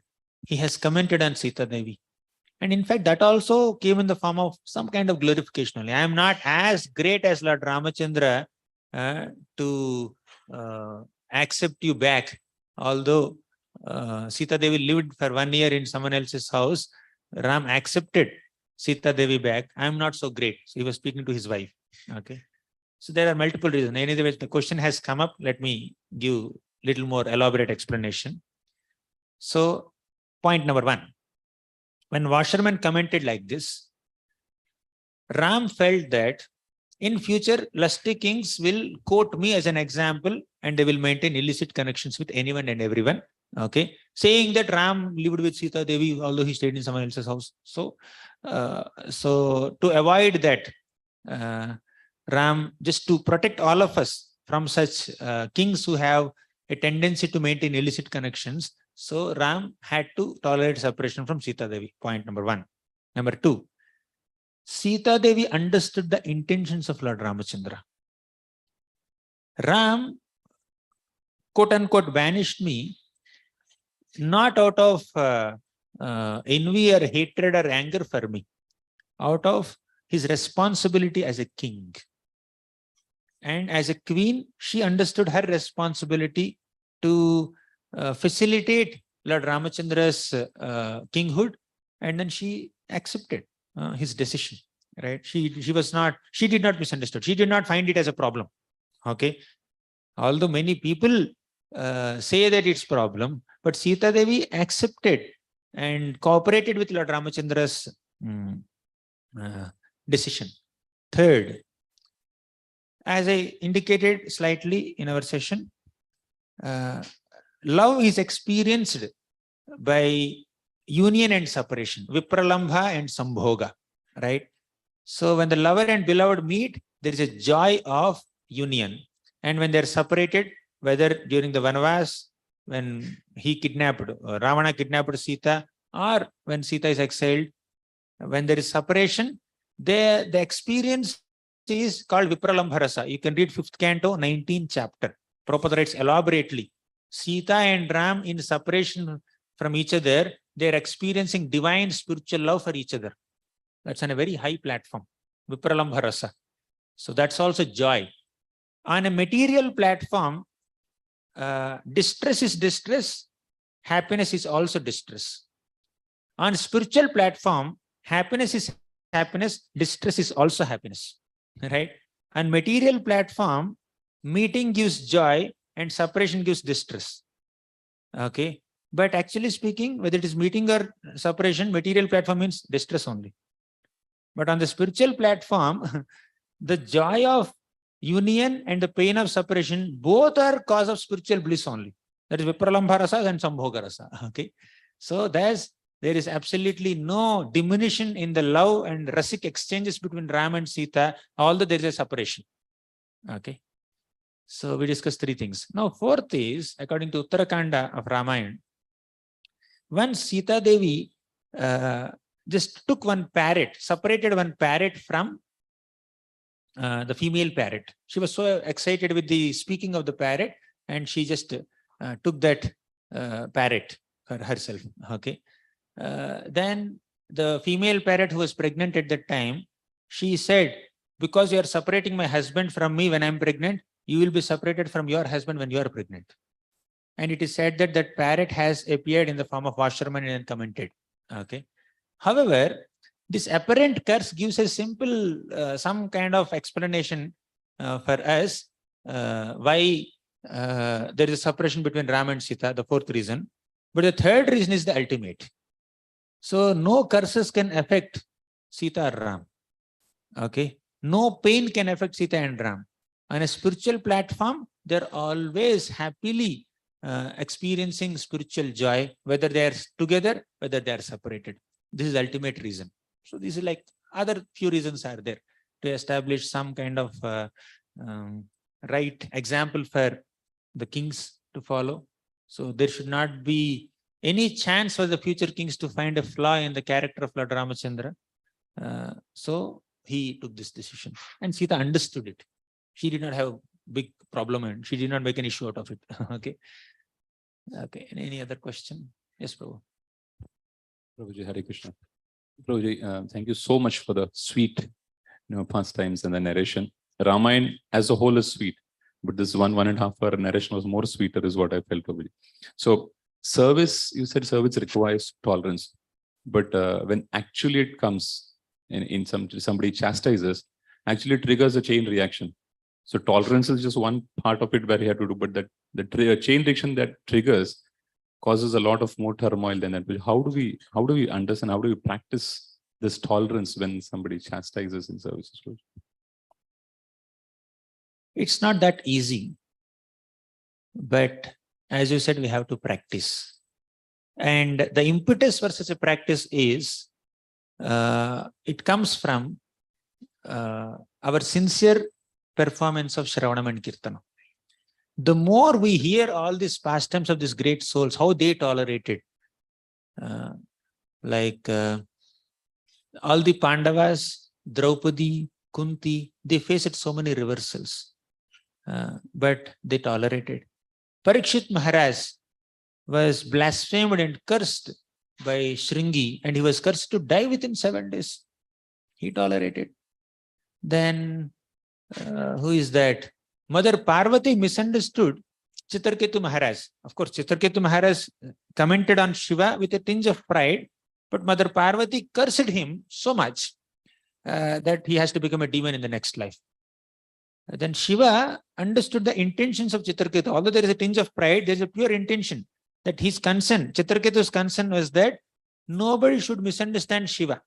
When Shiva is sitting with Mother Parvati so intimately in the presence of so many sages, the common people may misunderstand Lord Shiva. They consider him ordinary. Therefore, he gave that comment, but he said it loudly in front of everyone. Okay, he gave feedback to Lord Shiva in front of everyone loudly. Mother Parvati became upset and she cursed. So he immediately came to Mother Parvati and said, "My dear mother, I accept your curse. I'm really sorry for whatever I have said, and whatever you think is wrong, let that be wrong, and may I be forgiven for it." He did not justify. He gave a clarification. I never have any disrespectful feelings towards your husband. I only consider him worshipable. But what I said, if it offends you, I accept responsibility for it and I accept your curse. So, like we have seen examples of several devotees in Srimad Bhagavatam who exhibited tolerance when other Vaishnavas dealt with them in a certain way that caused some pain, right? But from another perspective, in the name of tolerance, we don't have to allow ourselves to get exploited, right? In some cases, we need to tolerate, definitely, especially when it is coming from our own dear devotees or some seniors may chastise. So younger people should tolerate, right? Out of respect, out of gratitude. So when there is gratitude, respect and love, tolerance becomes a natural byproduct of that respect and gratitude. When you value the relationship, tolerance becomes very easy, right? So intolerance comes when we don't have sufficient value for the relationship, right? In all ordinary cases. But when the nature of abuse is very intense, then we may have to have a discussion, right? We need to mention it. This pains me in this way. And if needed, we may have to escalate the matter to some senior Vaishnavas who can make some difference there, right? So in the name of tolerance, we don't have to allow ourselves to get exploited or abused too badly, right? So these are a few perspectives. There's much more that we can discuss, but I hope this makes some sense. Thank you. Hare Krishna, Prabhuji. There is one question from online. Divya Gaurangi Mataji, you can unmute yourself and ask the question. Hare Krishna, Prabhuji. Dandavat Pranam. Thank you so much for wonderful class, Prabhuji. Very sweet Katha and very nourishing. Prabhuji, my question is, you nicely explained about how devotees' misunderstandings happen. If someone misunderstands, that could be the reaction of us having misunderstood other devotees. But at the same time, it pains the heart of the Lord. So that part is really very striking, that how can we hurt the Lord? And Vaishnavas, they forgive. But Prabhuji, then it affects our relationships with devotees, and we want to have very loving relations with devotees for also sake of our own sadhana to happen joyfully in Krishna consciousness. So Prabhuji, what is the way forward? The mistake is done. It cannot be undone, and there is a regret in the heart of sadhaka because they are struggling. But then how to make those relations better, Prabhuji? Yes. Whatever has happened may not be undone sometimes. You cannot always press Control Z after typing. But we can take care so that it doesn't repeat in future, right? We may not be able to rectify something that has already happened, but we can take care, sufficient care that it doesn't repeat it again. That much we can do. And when we understood that another devotee is hurt or felt bad because of our behavior, we should gather all the humility and strength and courage and honesty within us to go and apologize. I'm sorry. Okay. So most of the misunderstanding related problems are solved at that level when we keep aside our egos and with some humility go and beg forgiveness from the devotee whom we have hurt in some way, small or big, right? So we need to say sorry. We should be humble enough to say sorry when we recognize, at least when we understood that we have caused some pain to them, right? So that's important. Apologizing for the mistake which is already done and being careful not to repeat such same mistake again. So these two things are the answer to your question. Yes, Prabhuji, just a small thing there that yes, we apologize. But if the devotee is more displeased and if they say that no, everything is fine, but then their behavior towards us has changed. It's not like before. Then in that case, what do we do, Prabhuji? Because we are not acknowledging our sorry. We should give some time, right? Yes. Depending on the degree of inconvenience that we cause it to some people, they will take time to respond. We cannot immediately say that okay, the behavior should be according to our expectations. Oftentimes problems are because of our undue expectations and not giving space to people. Yes. Okay. Yes, so we should give time, Prabhuji. Thank you so much. And hopefully one day with prayers, that devotee will be pleased with us again. Thanks, Prabhuji. Hare Krishna. Any other question? Thank you, Prabhuji, very much for the wonderful class. Prabhuji, this was in regards to Marich pastime. Like I had this question in mind since long time regarding Ramayana, that we have seen it in the serial. Even you can confirm if it is exactly what is bona fide. That when Marichi, he has taken kind of sannyas. He has left all the evil activities. But when Ravan makes a plan to kidnap Sita, he goes and convinces Marich in different ways to do this act. And then finally he threatens him and all the tools he uses. So Marich thinks that because Ravan at the end tells that if you don't follow what I'm saying, I'll kill you. So Marich thinks that it's better to die at the hands of Ram than to die at the hands of Ravana. But the thought which comes to my mind is, I hope I'm not misunderstanding Marich, but it's that he may be dying at the hands of Ram, but if Ravan's plan gets successful and if Sita Devi is kidnapped, so much of pain will be caused to both, Sita Devi and Ram. So that thought that it's better to die at hands of Ram than Ravan, but that is at a particular cost. So how we can ultimately, yeah, that's a very valid thought when we hear the response of Maricha to Ravana. However, Kaikeyi's reaction when Manthara told him whatever she had told, and this here Maricha's reaction, all these things like urges to think that why did they behave like this? They could have behaved in this way. Okay. But if they have behaved in the other way that we are expecting, Ramayana would not have happened. Right? So Maricha's accepting the request of Ravana and playing the role of a golden deer, being killed in the hands of Ram, all these things are very essential for Ramayana to take place. Ravana has to come and kidnap Sita Devi, and Ram has to go and kill Ravana. So that's the whole thing. If the kidnap doesn't happen only, killing doesn't happen only, and Vanavas doesn't happen only, so where is Ramayana then? So instead of sometimes acharyas may give a reason why they have behaved in this way. So when a tikakar, when a commentator, when a bona fide Vaishnava acharya gives a nice explanation for what these people have done, we accept it. But when such an explanation is not available, for example, the best way is to accept the pastime the way it has happened, instead of saying that it could have happened in this way. Why this has happened in this way? Just accept it the way it has happened and then identify the important lessons for us to learn.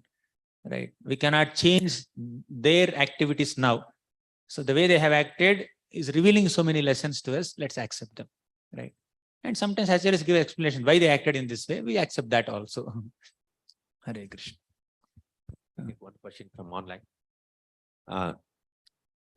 Giridharan Prabhu, you may please unmute and ask the question. Srihit Giridharan Prabhu, please So how unmute much yourself. time do we have? It's almost 10 o'clock. Hare Krishna Prabhu. One second. I'm sorry. Yes, Mataji. Prabhu, when someone is doing wrong things to them, it comes back to them in a different form. But in the material world, we are not supposed to do a wrong thing or do any bad things to them. If we do, it comes back to them in a different form. Like you said, when Mother Sita separated the birds from the male bird from the female bird, it comes back to them in a different form. It's just an example, but is it not repeating in the material world, like one after the other? How should we avoid it? We know when someone is doing something wrong, if we question them, they take it in a wrong sense and they just avoid it. How should we tolerate? The patient, the tolerance level is very low also, right? Okay. How to face the situation? It's not that clear. When someone causes some pain to us, it comes back to us. How to Yes. tolerate it? That's the Yes. question in essence. That's the question, and how to avoid it also. And How it to keeps avoid just repeat. It's just Yeah. repeating cycle. Yeah, we kind of discussed it. So when some inconvenience, reversal, or some calamity, if you are facing that, then we need to understand that it's a result of my own past mistake. That's what Suniti taught us. That's what Brahma taught us. Tattenu kampam susamikshavado bhunjana eva atmakritam vipakam hridvagva purbhir vidadhan namaste jivetayo muktipade sadaya bhak. So Brahma is saying this to Krishna, that a devotee understands that whatever inconveniences or reversals that I am facing are only results of my own past deeds, right? So what are we supposed to do at that time? While facing the reactions to our own past deeds, we need to do hridvag vapur bhir vidadhan namaste, with our heart, with our minds, and with our all sincerity. We need to take shelter of Krishna and continue the path of devotional service, right? So I did something wrong and I'm receiving this reaction. So let me experience this reaction for my purification. Let me continue on the path of bhakti. Then Krishna will eventually bestow his mercy upon us. Now, how to avoid such mistakes? Yes, we need to be very cautious and careful in not repeating the same mistakes again and again. Okay, so that care one needs to take while practicing devotional service, and that is possible when we associate with some sincere devotees. When we associate with some devotees who are being very careful and cautious in their dealings with Vaishnavas, when we observe them carefully, oh, he's so respectful, he's so loving in his dealings, taking inspiration from them, we also like refine our dealings with other devotees and take sufficient care not to repeat such mistakes that we have done in the past, right? That will avoid future reactions. Okay. Does it make sense, Mataji? Yes, Prabhu. So basically, we have to accept the and have a tolerance level high to experience it, so that we don't repeat, right? In fact, yes. In fact, a devotee becomes grateful for the reaction. Now, let me give you two examples. Indra offended Krishna in the Govardhan pastime. Yesterday morning we discussed, right? So Indra offended Krishna by creating a devastating rainfall in Vrindavan. Okay. What happened then? After 7 days, Indra realized that I have done a mistake. Then he went to Krishna, fell at his feet and begged forgiveness. My dear Lord, I'm really sorry for doing this. Then Krishna forgave and said, okay, you continue your activities as the king, but no more Indra Puja. It's not cancelled for this year only. It's cancelled forever. Right? Forever Indra Puja is replaced with Govardhan Puja. So, but Krishna did not punish him. Now Acharyas say that Indra went and begged forgiveness from Krishna. Definitely there is some guilt, there is some repentance, but also Indra was thinking, Krishna did not punish me. He only saved Vrajavasis from the rainfall. He may punish me. He may call Yamaraj and punish me. Krishna may punish me. So Indra is thinking that I want to avoid punishment. So in saying sorry, Indra also intended to avoid punishment for his mistake. One story. Next story is Parikshit Maharaj. Parikshit Maharaj kept a dead snake around the neck of Shamik Rishi. Fine. And he came back to his palace and he started reflecting on his own activity. How could I keep a dead snake around the neck of Shamik Rishi like this? It's too much. I did an offense to a Brahmana who is doing meditation. He did not give me water because he was in meditation. But I became so offended and kept a dead snake around him. It's such a great offense. Let me be punished for my mistake. Let there be some calamity in my life. So Parikshit did not just expect punishment, he desired punishment. When we do a mistake, we need to expect a punishment. Expectation is fine. But he desired a punishment. Let me be punished for my misdeed, so that I don't repeat the same mistake again. So that my relatives or citizens or people who are connected to me will not get affected for my mistake. Sometimes it so happens that when I do some mistake, it may affect someone who is close to me also, right? So therefore, a devotee is one who gratefully accepts punishment or the reaction for the misdeed he or she has done.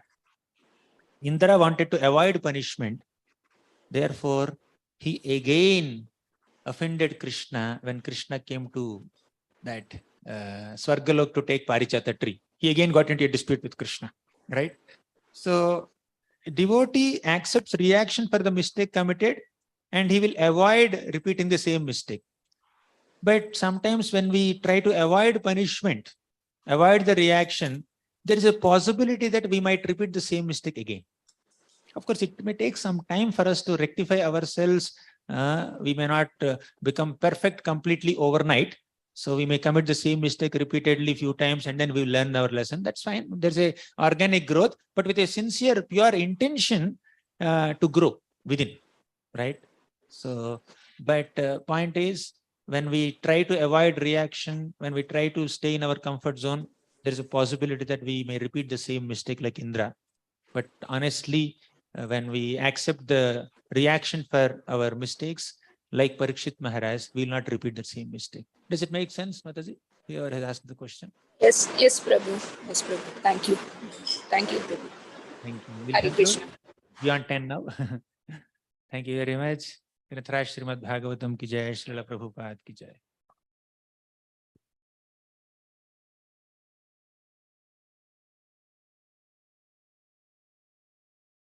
Hare Krishna, we'll be having the evening session on the glories of Hanuman. Again, continuing with Ramayana. So at 7 o'clock in the evening, and now all the devotees can take prasadam in the prasadam. Hare Krishna.